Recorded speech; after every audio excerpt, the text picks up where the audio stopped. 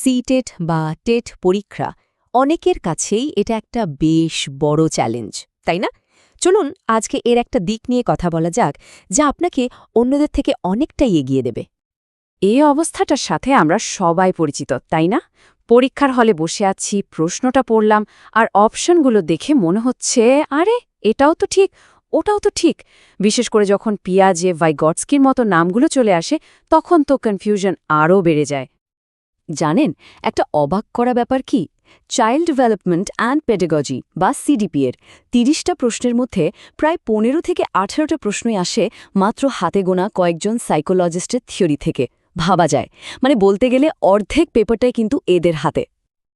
এখন কথা হচ্ছে, এদের সবার থিওরি কি বই ধরে ধরে মুখস্থ করা সম্ভব? একদমই না। আর সত্যি বলতে ওটা কোনো কাজের পদ্ধতিও নয়।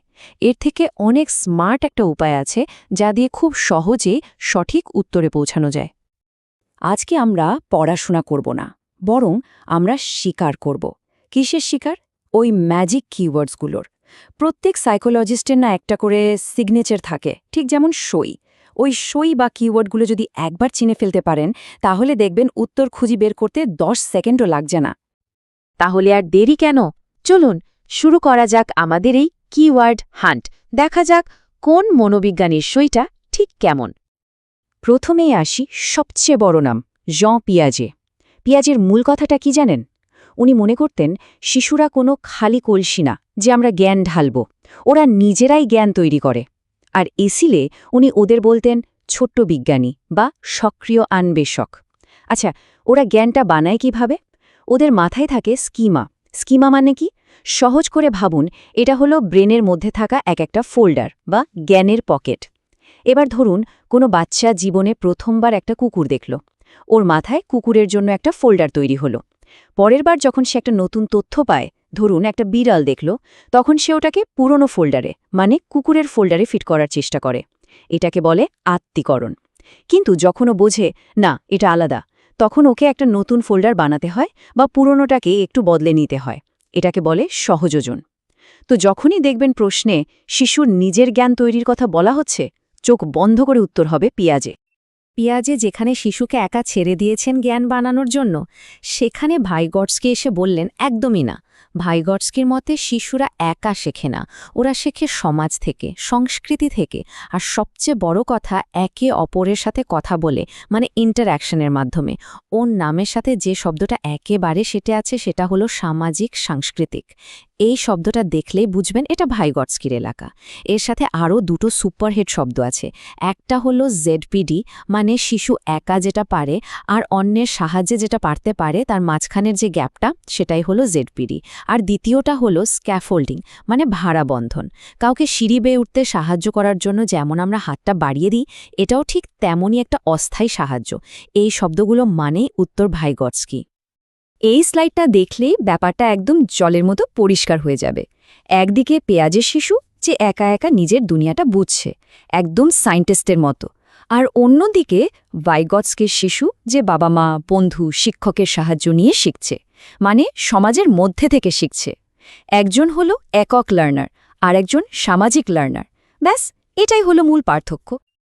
এবার আসি কোহলবার্গের কথায়। কোহলবার্গের নাম শুনলেই মাথায় একটা শব্দ আসা উচিত, নৈতিকতা।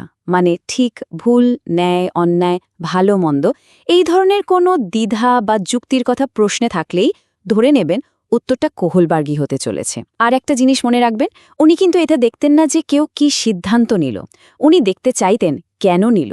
সিদ্ধান্তের পেছনের যুক্তিটাই ওর কাছে আসল ছিল। হাওয়ার্ড গার্ডনার এসে তো বুদ্ধির পুরো কনসেপ্টটাই বদলে দিলেন। আগে সবাই ভাবত বুদ্ধি মানে শুধু পড়াশোনায় ভালো হওয়া। গার্ডনার বললেন, ভুল, বুদ্ধি একটাই হয় না, অনেক রকমের হয়। কেউ হয়তো গানে দারুণ, তার আছে মিউজিক্যাল ইন্টেলিজেন্স। কেউ আবার খেলাধুলায় সেরা, তার বডিলি কাইনেস্থেটিক ইন্টেলিজেন্স। কেউ খুব ভালো নিজেকে বোঝে, তার ইন্ট্রাপার্সোনাল ইন্টেলিজেন্স। তো যখনই প্রশ্নে দেখবেন একাধিক ধরনের বুদ্ধির কথা বলা হচ্ছে, উত্তরটা আর কেউ নন, হাওয়ার্ড গার্ডনার। আচ্ছা, সাইকোলজিস্টদের এলাকা তো আমরা চিনে নিলাম। এবার চলুন কিছু জেনারেল পেডাগজি কিওয়ার্ড দেখে নিই। এগুলোকে আমরা দুটো দলে ভাগ করতে পারি। সবুজ পতাকা মানে পজিটিভ শব্দ, আর লাল পতাকা মানে নেগেটিভ শব্দ। এই টেবিলটা কিন্তু পরীক্ষার জন্য সোনার খনি। দেখুন, সহযোগিতা, অর্থপূর্ণ শিক্ষণ, সক্রিয় অন্বেষণ। এই শব্দগুলো শুনলেই একটা পজিটিভ ভাইব আসছে, তাই না? এগুলো হলো সবুজ পতাকা। অপশনে এগুলো থাকা মানে সেটাই সঠিক উত্তর হওয়ার চান্স খুব বেশি। আর উল্টো দিকে দেখুন, প্রতিযোগিতা, মুখস্থ করা, নিষ্ক্রিয় শিক্ষার্থী, এগুলো হলো লাল পতাকা। আধুনিক শিক্ষা ব্যবস্থায় এগুলোকে একদমই সাপোর্ট করা হয় না, তাই এগুলোকে এড়িয়ে চলতে হবে। তো শর্টকাট তো শেখা হয়ে গেল, মনে হচ্ছে তো পরীক্ষা একেবারে কেল্লাফাতে। কিন্তু দাঁড়ান, এখানেই গল্পে একটা টুইস্ট আছে।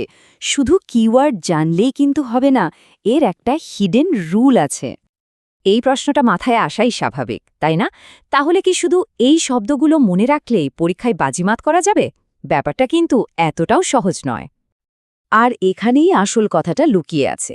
কোনো কিওয়ার্ড পজিটিভ না নেগেটিভ তা পুরোপুরি নির্ভর করে প্রশ্নের প্রেক্ষাপটের উপর। চোখ বন্ধ করে শুধু শব্দ দেখে উত্তর দিলে মারাত্মক ভুল হতে পারে। ব্যাপারটা একটা উদাহরণ দিয়ে বোঝা যাক। ধরুন, প্রশ্নে বলা হলো, একজন শিক্ষকের ক্লাসে কোনটা করা উচিত নয়। এবার অপশনে দেওয়া আছে শিশুদের সক্রিয়ভাবে অনুসন্ধান করতে দেওয়া।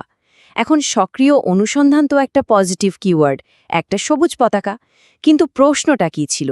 কোনটা করা উচিত নয়। তাহলে এই প্রেক্ষাপটে একটা পজিটিভ অপশন তো উত্তর হতে পারে না, উত্তর হবে কোনো নেগেটিভ অপশন। আবার যদি প্রশ্ন হয় কোনটা এড়িয়ে চলতে হবে আর অপশনে থাকে প্রতিযোগিতা, তাহলে ওই নেগেটিভ কিওয়ার্ডটাই কিন্তু সঠিক উত্তর হয়ে যাবে। তাই শুধু শব্দ নয়, পুরো প্রশ্নটা মন দিয়ে পড়াটা সবচেয়ে বেশি জরুরি। তাহলে আমরা কি শিখলাম? এই কিওয়ার্ডের কৌশল আর তার লুকানো নিয়ম, এই দুটোকে মিলিয়ে আমাদের ফাইনাল স্ট্র্যাটেজিটা কি হবে? আসল কথাটা হলো, এই কিওয়ার্ডগুলো একটা কম্পাসের মতো। এটা আপনাকে সঠিক উত্তরের দিকে ইশারা করবে, পথ দেখাবে। কিন্তু এটা কোনো রেডিমেড গুগল ম্যাপ নয় যে আপনি শুধু ফলো করে গেলেই ঠিক জায়গায় পৌঁছে যাবেন।